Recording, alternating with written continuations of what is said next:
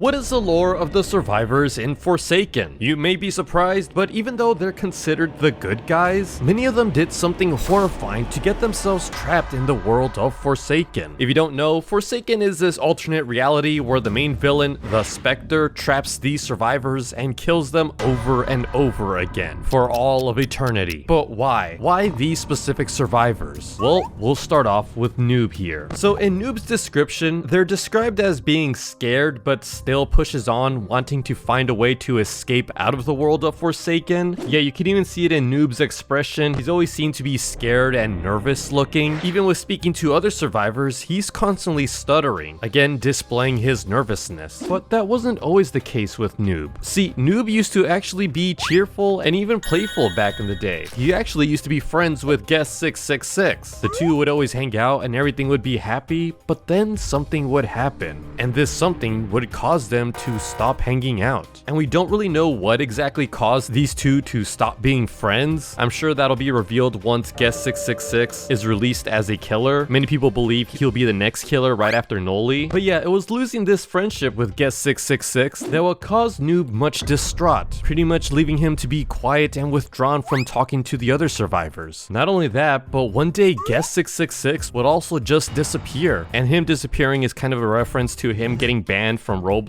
Yeah, it was actually Builderman that would ban Guest 666, but Guest 666 is unaware of this, so most of his hatred is going to be towards Noob, because he actually thinks that Noob did something really bad. And we also know this because in the lobby, if you go to the box right here, there's actually a letter that's written by Noob. Yeah, so this is Noob here saying, "Hey Sixer," aka Guest 666, "it's Noob." And then unfortunately, a lot of the letter is censored right now, but you do see words like how he regrets so many things, and there could have been many things that would have prevented what happened that day. Again, we don't really know what happened, but it does seem like Noob is in the wrong, and looking at the model of Guest 666, he doesn't look like he's gonna forgive Noob right away. Yet the rest of the letter ends with, "You feel as if more of the censored text will reveal itself later." So yeah, it looks like in the future, we're gonna see exactly what happened between the two. Builderman. So Builderman is known as the big boss of Roblox HQ, and as a promise with Shedletsky, the both of them are going to do everything they can to help everyone. Now, not much is known about Builderman at the moment. Again, we do know that he is responsible for banning Guest 666, but again, he's unaware about this. But I'm pretty sure once Guest 666 is in the game, he's gonna find out the truth. Yet, something to note about all these survivors is that in some way, shape, or form, they've all done something wrong to the killers. Like next up, we have Shedletsky. So to state the obvious, he's friends with Builderman. Again, they both made a promise to help everyone else in Forsaken, but Shedletsky actually holds an extremely dark secret, something that the other survivors don't even know about him. See, the secret that Shedletsky does not tell any other survivors is that he is the actual creator of 1x1x1x1, the other killer in Forsaken. Yeah, if you ever read Shedletsky's information here, the first thing that's read is Blame John, his first name. And if you read 1x1x1x1's bio, it reads the physical manifestation of pure malice, hatred, and negativity himself, the one who despises no one else more than the former admin Shedletsky. And even in his abilities, mass infection, it says right there again, Blame John. Yeah, this is a reference to a forum post from a long time ago that talked about the whole 1x1x1x1 myth, and it says here, he mentions the evil 1x1x1x1, so that's where the name comes from, Blame John. This is a real post from an actual Roblox admin, which yeah, John is the whole creator of this myth, but in the world of Forsaken, 1x1 is literally the embodiment of hatred. Like when Shedletsky is the only survivor left in a round, and the killer is 1x1x1x1, the song will change to the creation of hatred.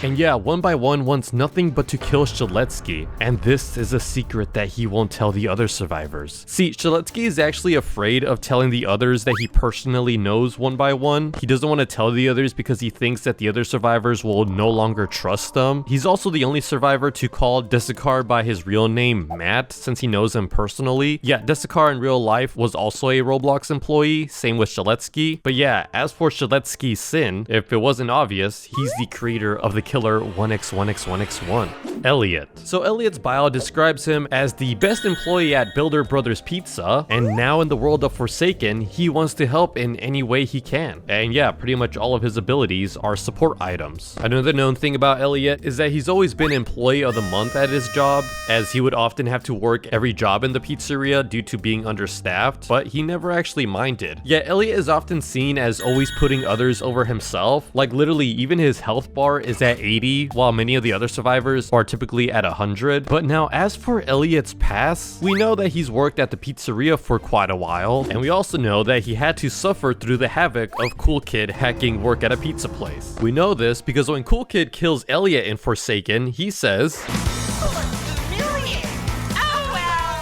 but yeah, Cool Kid would constantly be destroying work at a pizza place, which made Elliot dislike both Cool Kid and Cool Kid's father, 007 and 7, for bringing Cool Kid to the pizza place. Yeah, Elliot's typically shown to want to help the other survivors by giving them pizza, but he's much more hesitant towards 007 and 7, but even then, he's still willing to put aside his differences to help him. And so now what's Elliot's sin? Banning Cool Kid, 007 and 7. This is actually one of the saddest lores in Forsaken. If you read his information here, they were previously infamous for their exploits, but he had a change of heart after gaining a son, his son being Cool Kid, only to then lose him after a series of unfortunate events. But yeah, the lore of 7 and 7 is that he used to be a former hacker and exploiter, often causing havoc across Roblox alongside his best friend NOLI, and this was prior to NOLI finding the Void Star. But yeah, 7 and 7 would be hacking until one day he discovered a baby on his doorstep. This baby was actually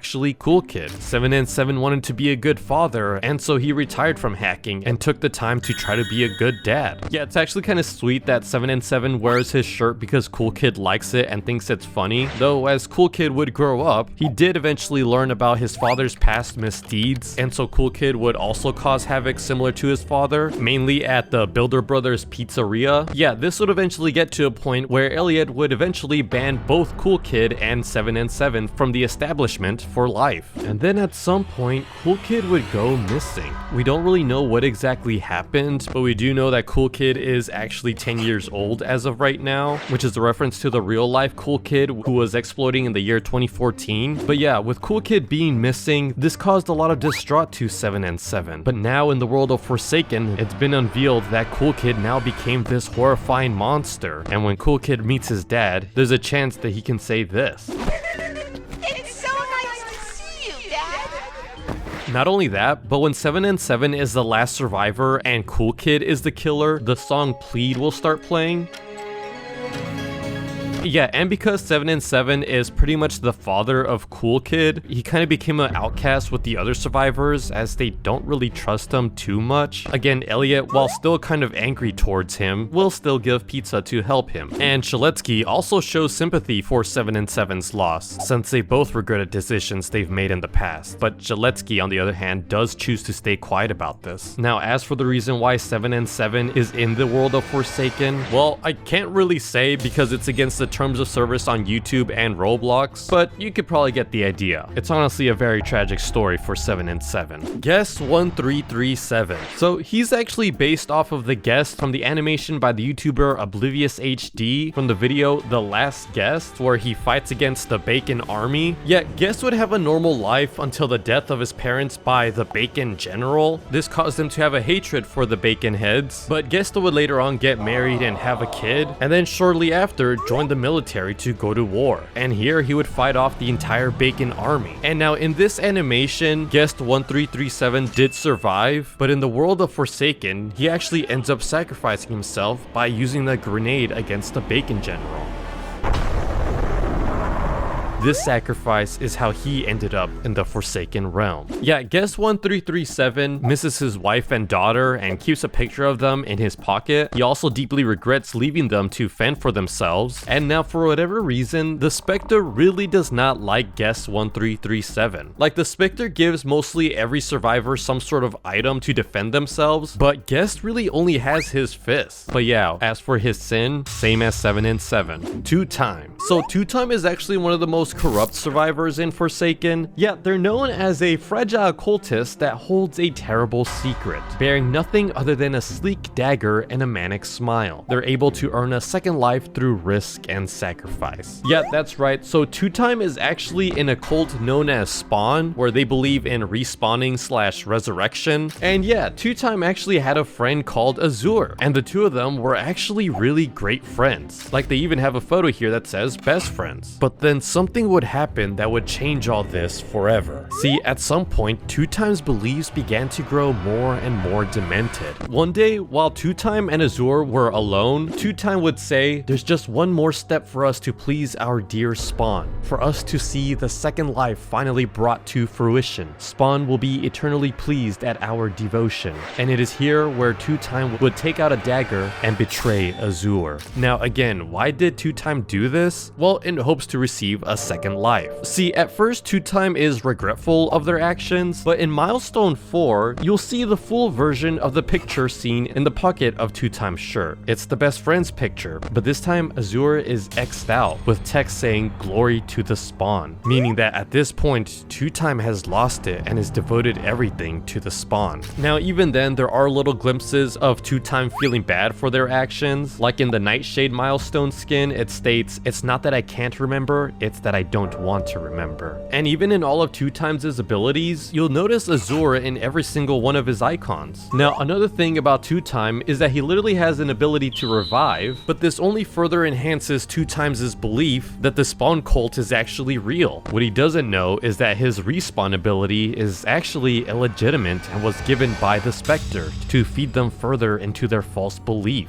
Yeah, Two Time is just completely unaware of their second life being illegitimate. He still strongly believes in the cult, as he's often telling others about it. And what's also creepy is that after he respawns, he actually keeps a smile and doesn't frown until he finally dies. And now as for Azure, he more than likely will be a future killer, as he probably has a lot of hatred towards Two Time. Now what is Two Time's sin? Betraying his best friend. But another magic user in the survivors group is Dusakar. So not much is known about Dusakar aside from his real name being Matt Desek because of Shetletsky. He is often seen rhyming a lot and can be somewhat competitive with Cerulean, an upcoming survivor to Forsaken. As for his sin, we don't really know yet. Toph. So Toph is an interesting survivor. He's actually mute and communicates using hand signals. Like, even all his chat messages to the other survivors are just emojis. But yeah, he sees himself as Builderman's right-hand man, as he's actually a demolitionist who used to blow up and destroy the houses of terminated users at the will of Builderman. But now there were a lot of Robloxians who protested against the act of destroying these homes due to accidental terminations. Yep, been there before, Roblox. And this did lead to demolitionists being hunted down by the angry protesters, and due to this, Toph would lock himself in his home with traps in case any protesters comes wanting vengeance. Yeah, like Toph even knows some of the survivors because, unbeknownst to them, he actually was responsible for blowing up their homes when they mysteriously vanished. As for where Toph's name comes from, it's actually short for epitaph, which is a funeral oration, which is a short text that's written over a gravestone. Kind of morbid and dark. But yeah, as for what Toph's sin is, he did something really bad to Cerulean. Like,